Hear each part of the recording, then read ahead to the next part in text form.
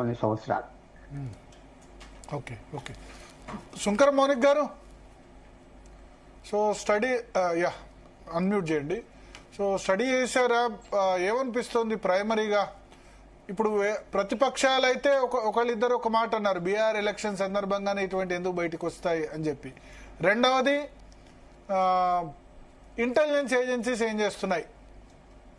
ఇంత పెద్ద ఎత్తున 2900 కిలోగ్రాముల ఆర్డీఎక్స్ తీసుకొచ్చినప్పుడు ఏం చేస్తున్నాయి అన్నది క్వశ్చన్ భారతీయ జనతా పార్టీకి అక్కడ రేజ్ చేస్తున్నాయి.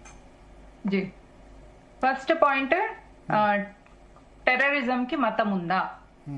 ఉంది, పక్కా ఉంది. అదే మతమో ఇప్పుడు మీరు తెలుసుకోవాలి. టెర్రరిజం కి పాల్పడే వ్యక్తి పేరు మొహమ్మద్ ఉమర్, మొహమ్మద్ ముజమ్మిల్, మొహమ్మద్ ఆదిల్, మొహమ్మద్ షహీన్, బేగం షహీన్, ఫీమేల్. ఇప్పుడు ఏంటంటే కొత్తగా టెర్రరిస్ట్లలో మహిళా టెర్రరిస్టులు కూడా రిక్రూట్ అవుతున్నారు. నెక్స్ట్, ఎందుకు ఈ టెర్రరిజం చేయాలి? ఎందుకంటే భారతదేశాన్ని గజ్వే హింద్ చేయాలి. భారతదేశాన్ని గజ్వే హింద్ ఎందుకు చేయాలి? ఎందుకంటే వాళ్ళ మత విశ్వాసాన్ని నమ్మని వాళ్ళు ఎవరు భూమి మీద ఉండడానికి వీల్లేదు. ఇది వాళ్ళ మత గ్రంథం నుంచి వచ్చింది. ఈ పాయింట్ మీరు నేను చెప్పేది రాంగ్ అని మీకు అనిపిస్తే, వాళ్ళ చేతుల్లో ఎక్స్ప్లోజివ్ తో పాటుగా ఇంకొక మత గ్రంథం ఉంది. అది బైబిలా, భగవద్గీతనా, ఖురానా అనేది మీకు మీరు ఆలోచించుకోవచ్చు. రెఫరెన్స్లు గూగుల్లో కూడా కోకొల్లలుగా దొరుకుతాయి. నెక్స్ట్ పాయింట్, ఆపరేషన్ సింధూర్ తర్వాత లష్కర్ ఏ తోయబా హెడ్ సెంటర్ ని బవల్పూర్ లో అటాక్ చేసింది ఇండియన్ ఆర్మీ.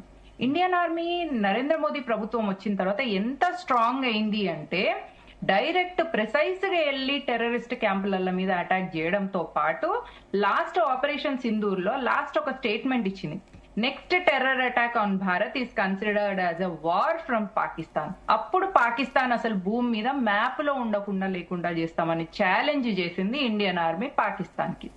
ఒకప్పుడు పాకిస్తాన్ ఆర్మీ వచ్చి ఇండియన్ ఆర్మీస్ జవాన్ తలను నరుక్కొని తీసుకుపోయి డిస్ప్లే చేసి నవ్వుకునే స్థాయిలో ఉన్న 2004 నుంచి 2014 టైంలో ఇట్లాంటి చర్యలు చేసినప్పుడు ఇండియన్ ఆర్మీ బాధతోనున్న ఇండియన్ ఆర్మీ నరేంద్ర మోదీ ప్రభుత్వం వచ్చినాక ఇంత విర్రవీగుతుంది అంటే, ఇంత స్ట్రాంగ్ అయింది. World's one of the strongest ఆర్మీగా ఇండియన్ ఆర్మీ ఎట్లా తయారైతుంది?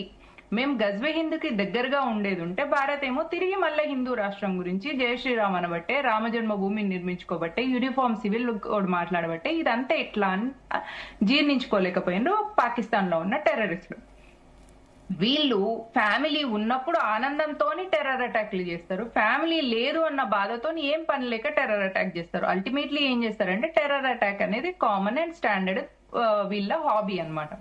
నెక్స్ట్, మనం చూసుకుంటే ఇండియన్ ఆర్మీ ఇంత స్ట్రెంగ్ అయిన దానికి కారణం ఎవరు అనేది మెయిన్ ఉద్దేశం. ఇక్కడ బీహార్ ఎలక్షన్స్ వచ్చింది కాబట్టి ఇట్లా అవుతుంది అనే వాళ్ళకు నేనేం చెప్పదలుచుకోలేదండి, ఒకటే మాట చెప్తున్నా అండి. రైసిన్ అనే ఒక బయో వార్ తయారు చేసి అది ప్రసాదంలో కలిపినప్పుడు, ఆ ప్రసాదం తిని ఒక శ్రీశైలంకో లేకపోతే తిరుపతిలో అట్లాంటి చోట్లలో వాళ్ళు కలపగలిగినప్పుడు అందులో మీ పిల్లలు ఉండొచ్చు, మీ కుటుంబ సభ్యులు కూడా ఉండొచ్చు. కేవలం ఓన్లీ భారతీయ జనతా పార్టీ వాళ్ళు మాత్రమే వెళ్ళరు, ఎందుకంటే వీళ్ళు అటాక్ చేసేది ఓన్లీ హిందూస్ ని, ఎక్స్క్లూజివ్ గా హిందూస్ మీదనే అటాక్ జరగబోతుంది. కాబట్టి ఇంకా ఇంగిత జ్ఞానం లేని వాళ్ళు బీహార్ ఎలక్షన్స్ వల్ల ఇక్కడ ఇట్లా అవుతుంది అన్నదానికి నేను ఇంకో క్వశ్చన్ ఏం అడుగుతా అంటే, గోకుల్ చాట్ జరిగినప్పుడు చనిపోయిన వాళ్ళందరూ బీజేపీ వాళ్ళ? దిల్షుక్ నగర్ బాంబ్ బ్లాస్ట్ జరిపినప్పుడు చనిపోయిన వాళ్ళందరూ హిందువుల, భారతీయ జనతా పార్టీ వాళ్ళ? లేకపోతే ఢిల్లీలో సరోజ్ నగర్ లో 12 years కింద బాంబ్ బ్లాస్ట్ జరిగింది, దానిలో గానీ, పూనాలో జర్మన్ బేకరీ గానీ, మన తెలంగాణలోనే లుంబిని పార్క్ లో గానీ, ఇవన్నిట్లలో చనిపోయిన వాళ్ళు భారతీయ జనతా పార్టీ వాళ్ళు కాదు కదండి, నార్మల్ ప్రజలు, నార్మల్ హిందువులు. రేపు ఇట్లాంటి బయోవార్ ఏదైనా వచ్చి ప్రసాదాలలో కలిపినప్పుడు అందులో మీ కుటుంబ సభ్యులు కూడా ఉండొచ్చు, మీ దగ్గర ఫ్రెండ్స్ కూడా ఉండొచ్చు అనే ఇంగిత జ్ఞానంతో ఈ ప్రాబ్లం ని మనం ఎట్లా ఫేస్ చేయాలి అనేది ఆలోచించుకోవాలి. ఒకటి. రెండోది, ఈ ప్రాబ్లం ని మనం ఫేస్ చేయొచ్చా అని ఒకటి అడిగితే, ఈ ప్రాబ్లం ని మనం ఫేస్ చేస్తూనే ఉండాలి, దీనికి సొల్యూషన్ అనేది లేదు. 1947 లో అంబేద్కర్ గారు Pakistan the partition of India అనే పుస్తకంలో క్లియర్ గా మెన్షన్ చేసిన, at the same time parliament లో కూడా వారు కంప్లీట్ ఎక్స్చేంజ్ ఆఫ్ పాపులేషన్ గురించి అంబేద్కర్ గారు బాగా అరిచి ఆయన నోరు మొత్తుకున్నా కూడా మహాత్ములు, నెహ్రూ ఒప్పుకోకుండా భారతదేశం సెక్యులర్ అనే ఒక పిచ్చి పేరుని తీసుకొచ్చేసి ఈ దేశంలో ఉండిపోవడానికి కోఆపరేట్ చేసింది. ప్రపంచంలో ఇంకే దేశం సెక్యులర్ లేదండి. నేను అమెరికాలో ఉన్నా, దాని అఫీషియల్ రిలీజన్ క్రిస్టియానిటీ, అయినా కూడా అక్కడ నేను ఒక హిందూగా నేను అక్కడ అన్ని ఫెసిలిటీస్ ఎంజాయ్ చేసిన. దుబాయ్ లో కూడా అదొక ముస్లిం దేశం, అది కూడా సెక్యులర్ దేశం. America official religion Christian? అవునండి, అధికారిక మతమా? అవును కాదేమో మనకి.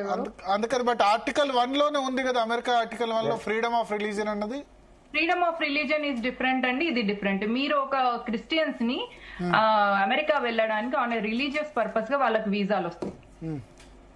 ఓకే, బట్ రిలీజియస్ వీసాస్ అందరికి వస్తాయి కదా, ప్రీస్ట్ కూడా, మన పూజార్లకు కూడా రిలీజియస్ వీసాలు వస్తాయి కదా. పూజారికి వచ్చే రిలీజియస్ వీసాలో మనం డబ్బులు పెట్టుకుంటాము, క్రిస్టియన్స్ కి వెళ్లే రిలీజియస్ వీసా కింద వాళ్ళు ఫ్రీగా వెళ్ళిపోతారు. ఓకే, కానీ ఏ మత గ్రంథం మీద అయినా అమెరికాలో ప్రమాణం చేయొచ్చు కదా. భగవద్గీత మీద కష్ పటేల్ ప్రమాణ స్వీకారం చేశారు FBI డైరెక్టర్ గా. నేనేం చెప్తున్నా అండి, అఫీషియల్ రిలీజన్ అంటే ప్రతి సంవత్సరం ఆ దేశం చేసే బడ్జెట్ లో కొంత అమౌంట్ ఏ రిలీజన్ కి ఇస్తుంది అనే దాన్ని బట్టి అఫీషియల్ అధికారికంగా చేశారా నాకు డౌట్, అందుకోసం నేను ఎగ్జాక్ట్లీ నేను మీకు ప్రూఫ్ ఇవ్వగలనండి. క్యాథలిక్స్ చర్చ్ కి ప్రతి సంవత్సరము అమెరికా బడ్జెట్ లో కొంత అమౌంట్ ఇస్తారు. ఓకే, నేను ఒక అడ్వకేట్ ని నార్మల్ గా మాట్లాడలేను. పాయింట్ 1. పాయింట్ 2, నేను 8 సంవత్సరాలు అమెరికాలో ఉన్నాను, దాని గురించి నా దగ్గర అదే నాకు డౌట్ వచ్చింది. మేబీ క్లారిఫై, అంటే నేను అనుకోవట్లేదు అఫీషియల్ రిలీజన్ ఉంది అని.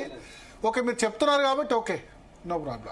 బికాస్ నేను అమెరికాలో లేను, బట్ అఫీషియల్ రిలీజన్ లేదని అనుకున్నా. ఓకే, అఫీషియల్ రిలీజన్ కి పరిభాష ఏంటిదంటే, మీరు బడ్జెట్ గవర్నమెంట్ బడ్జెట్ చేసిన తర్వాత మీరు ఏ మతానికి కొంచెం ఫండ్స్ ఇస్తున్నారు. కాబట్టి యుఎస్ బడ్జెట్ లో కంపల్సరీ క్యాథలిక్ చర్చ్ కి కొన్ని ఫండ్స్ వెళ్తాయి. దాని మరి అఫీషియల్ రిలీజన్ అనదలుచుకోవచ్చు, వేరే పర్యాయ పదం కూడా వాడచ్చు. కానీ వేరే ఏ మతానికి కూడా బడ్జెట్ నుంచి ఫండ్స్ వెళ్ళవు. భారతదేశంలో ఏ మతానికి వెళ్ళవు.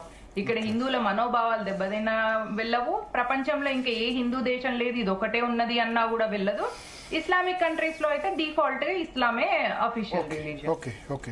ఎందుకంటే మనం సౌదీ అరబ్ వాటి దేశాలకు వెళ్తే హిందూ మహిళలు కూడా జుట్టు కనబడకుండా తలమించెల్లి అది వేసుకోవాలన్నమాట. దాన్ని నకాబ్ అంటారు, అది కంపల్సరీ వేసుకోవాలి. ఒక్కొక్క మతం వాళ్ళ దాన్ని బట్టి ఉంటది. కానీ అమెరికాలో కంపల్సరీ ఫండ్స్, బడ్జెట్ ఫండ్స్ కొన్ని క్యాథలిక్ చర్చ్ కి వెళ్తాయి. అది మీరు గూగుల్లో కూడా రీసెర్చ్ చేయొచ్చు, దొరికిపోతుంది. అయితే అంబేద్కర్ గారు క్లియర్ గా 1947 లో చెప్పినట్టుగా ఒక ముస్లిం ఎప్పుడు కూడా భారతదేశానికి తన దేశంగా ఒప్పుకోడు, అన్లెస్ ఆ భారతదేశం ఇస్లామిక్ దేశం అయ్యేదాకా. పాయింట్. నెక్స్ట్, ఇప్పుడు ఆపరేషన్ సింధూర్ తర్వాత అది గురించి మనం అర్థం చేసుకోవాలండి. ఆపరేషన్ సింధూర్ తర్వాత ఏమని మెసేజ్ వెళ్ళింది అంటే, ఇండియన్ ఆర్మీ చాలా స్ట్రెంత్ అయింది. అంతకు ముందు ఇండియన్ ఆర్మీ సోల్జర్స్ ఎవరన్నా అక్కడ బార్డర్ లో చనిపోయిన వాళ్ళు ఉంటే వాళ్ళ శవాలు వాళ్ళ కుటుంబ సభ్యులకు ఇవ్వడానికి సరిపడా ఫండ్స్ లేక అక్కడక్కడనే పూడ్చిపెట్టేవాళ్ళు. అందుకే అప్పట్లో టాక్ కూడా ఏముండే అంటే, ఆర్మీకి పోయిందంటే ఇంకా అటే శవం కూడా దొరకదు అని. రిక్రూట్మెంట్ కూడా చాలా తక్కువ అవుతుండే. కానీ నరేంద్ర మోదీ భారతీయ జనతా పార్టీ వచ్చినప్పటి నుంచి, for that matter even Atal Bihari Vajpayee గారి ప్రభుత్వం ఉన్నప్పుడు కూడా ఒక జవాన్ పార్థివ దేహాన్ని చాలా లాంఛనంగా వాళ్ళ కుటుంబ సభ్యులకు అందించాలి. వాళ్ళకి అంత్యక్రియలకు కావాల్సిన బాధ్యతలన్నిటికీ సంబంధించిన ఫండ్స్ నే ఇండియన్ గవర్నమెంట్ ఆర్మీకి ఇవ్వడం అనేది వచ్చింది. కాబట్టి అప్పటి నుంచే ఆర్మీ జవాన్ల పార్థివ దేహాలు ఎప్పుడైతే వాళ్ళ ఇంటికి వస్తుంటాయో ఒక తండోపతండాలుగా ప్రజలు వెళ్ళి వాళ్ళకి నమస్కారం చేసి వచ్చేవారు. ఇది Bharatiya Janata party credit. Next credit ఏంటిది భారతీయ జనతా పార్టీది అంటే, ఇక్కడ మొత్తం ఆర్మీని, ఇండియన్ ఆర్మీని స్ట్రెంగ్తెన్ చేయడం వల్ల ఆపరేషన్ సింధూర్ తర్వాత పాకిస్తాన్ కి ఒక వార్నింగ్ ఇచ్చింది. ఇప్పుడు పార్టీలు క్రెడిట్లు మౌనిక గారు ముఖ్యం కాదు, ఎందుకంటే ఇప్పుడు దేశం లెట్ మీ కంక్లూడ్ అండి. అయితే ఆపరేషన్ సింధూర్ తర్వాత ఇండియన్ ఆర్మీ ఎంత స్ట్రెంత్ అయ్యి ఎట్లాంటి వార్నింగ్ ఇచ్చింది పాకిస్తాన్ కి అంటే, నెక్స్ట్ ఒక టెర్రర్ అటాక్ భారతదేశం మీద మీరు జరిపించినట్టయితే దీన్ని వార్ కింద కన్సిడర్ చేసి మేము పాకిస్తాన్ అసలు భూమి మీద మ్యాప్ లో లేకుండా చేస్తాము అని Indian army officials terrorist attack తర్వాత ఆపరేషన్ సింధూర్ తర్వాత చెప్పాను. అయితే ఇండియన్ ఆర్మీ ఇంత స్ట్రెంగ్తన్ గా మాట్లాడిన తర్వాత ఇప్పుడు పాకిస్తాన్ కి, భారతదేశంకి ఎక్స్ప్లోజివ్స్ పంపడానికి గానీ, టెర్రరిస్టులను పంపడానికి గానీ దమ్ము లేదు, ధైర్యం లేదు. కాబట్టి ఏం చేసిండ్రు, ఇక్కడనే ఒక 2-3 నెలల కింద ఐ లవ్ మొహమ్మద్ అనే ఒక ప్రొటెస్ట్ చేసి దాని నుంచి యువకులను రిక్రూట్ చేసుకున్నారు. ఆ యువకులందరినీ హోమ్ గ్రోన్ ఇండిజీనియస్ టెర్రరిస్ట్ అంటారు. అయితే హోమ్ గ్రోన్ ఇండిజీనియస్ టెర్రరిస్టులలో భారతదేశంలో ఉన్న ముస్లింలే ఉంటారు, వాళ్ళు ఇక్కడ పుట్టిన వాళ్ళే ఉంటారు, ఇక్కడ సిటిజన్సే ఉంటారు. మళ్ళీ అందులో పిచ్చి పిచ్చి టెర్రర్ అటాక్ చేసేది ఉంటే ఇప్పుడు అట్లా కాదు, ఎందుకంటే సోషల్ మీడియా స్ట్రాంగ్ గా ఉంది, తర్వాత అన్ని మీడియా హౌసెస్ స్ట్రాంగ్ ఉన్నాయి, ఇంటెలిజెన్స్ బ్యూరో స్ట్రాంగ్ గా ఉన్నది, రా ఏజెన్సీ కూడా స్ట్రాంగ్ ఉన్నది. వాళ్ళన్నిటిగా సీక్రెట్ గా ఎక్కడెక్కడ ఏమైనా చేస్తుంటే వాటన్నిటిని న్యాప్ చేస్తున్నారు కాబట్టి టెర్రరిస్టులను ఇండియన్ ఆర్మీ, ఇండియన్ రా అండ్ సెక్యూరిటీ ఫోర్సెస్ పట్టుకుంటున్నారు కాబట్టి ఇండిజీనియస్ గా తయారు చేసిండ్రు ఒకటి. రెండోది ఇంటలెక్చువల్ అటాక్ చేయాలి కాబట్టి ఇంటెలిజెంట్ పీపుల్ ని తీసుకున్నారు. అంటే డాక్టర్స్ ఇల్లీగల్ గా అమ్మోనియం నైట్రేట్ ను అసలు ఎవరైనా కూడా ప్రొడ్యూస్ చేయడానికి అర్హత లేదు, కానీ అట్లాంటి ఒక డాక్టర్ ని తీసుకొని ఒక మెడికల్ ల్యాబ్ లో, మెడికల్ కాలేజ్ లో ఇల్లీగల్ గా అమ్మోనియం నైట్రేట్ ని తీసిన తర్వాత అది ఒక ఎక్స్ప్లోజివ్ గా పనికొస్తుంది, raw material for the explosive. ఆ ఎక్స్ప్లోజివ్ ని ఎవరు చేయాలి? ఒక ర్యాండమ్ గా సోఫా గుట్టుకునేటోని, అరటి పనులు అమ్ముకునేటోని తీసుకొస్తే వాడు ప్యానిక్ అవుతాడు. అదే ఒక డాక్టర్ అనుకోండి, దాన్ని తయారు చేసిన వ్యక్తికి దానికి సంబంధించిన ఎప్పుడు ఎక్స్ప్లోజ్ అవుతుంది, ఏ టెంపరేచర్ లో ఎక్స్ప్లోజ్ అవుతుంది అనే ఇంగిత జ్ఞానం ఉంటుంది, ఆ ఇంటెలిజెన్స్ ఉంటుంది. కాబట్టి అట్లాంటి వ్యక్తిని తీసుకొని ఇప్పుడు డాక్టర్ల నుంచి చేసింది. కాబట్టి పబ్లిక్ గాని మనం గాని తెలుసుకోవాల్సిన ఒక విషయం ఏంటిది అంటే టెర్రరిజం అనేది మానవత్వం, హ్యుమానిటీ ఉన్నంత వరకు ఉంటది. దాన్ని ఎట్లా ఫేస్ చేస్తాము అనే దానికి సొల్యూషన్ ఏముంటది అంటే మెడకు పడ్డ పాము కరవక మానదు. కాబట్టి దాన్ని చేయాలి అంటే గుజరాత్ లో ఏటీఎస్ స్ట్రాంగ్ గా ఉంది కాబట్టి వాళ్ళు దొరికిండ్రు. కాబట్టి ఇక్కడ ఫరీదాబాద్ నుంచి వెళ్ళి డాక్టర్ మొహమ్మద్ ఉమర్ ఏం చేసిండు, ఎక్స్ప్లోజివ్స్ ని పట్టుకొని ఢిల్లీ ఎన్ఆర్సీలో ఒక టెర్రర్ అటాక్ చేసి దాని నుంచి వెళ్ళి మేము ఉన్నాము, మా ఉనికిని మీరు ఎప్పటికీ కూడా తొక్కి పెట్టలేరు అనే ఒక మెసేజ్ మనకి ఇచ్చిండ్రు. కాబట్టి ఇక్కడ ఏంటిది అంటే హైదరాబాద్ నుంచి వెళ్ళిన డాక్టరే ఇంత దుర్మార్గానికి పనికొస్తున్నాడు అంటే హైదరాబాద్ లో ఇంకా చాలా అది కూడా డిస్కస్ చేద్దాం. మళ్ళీ వస్తాను మౌనిక గారు. డాక్టర్ ప్రతిభా లక్ష్మి ఉన్నారు.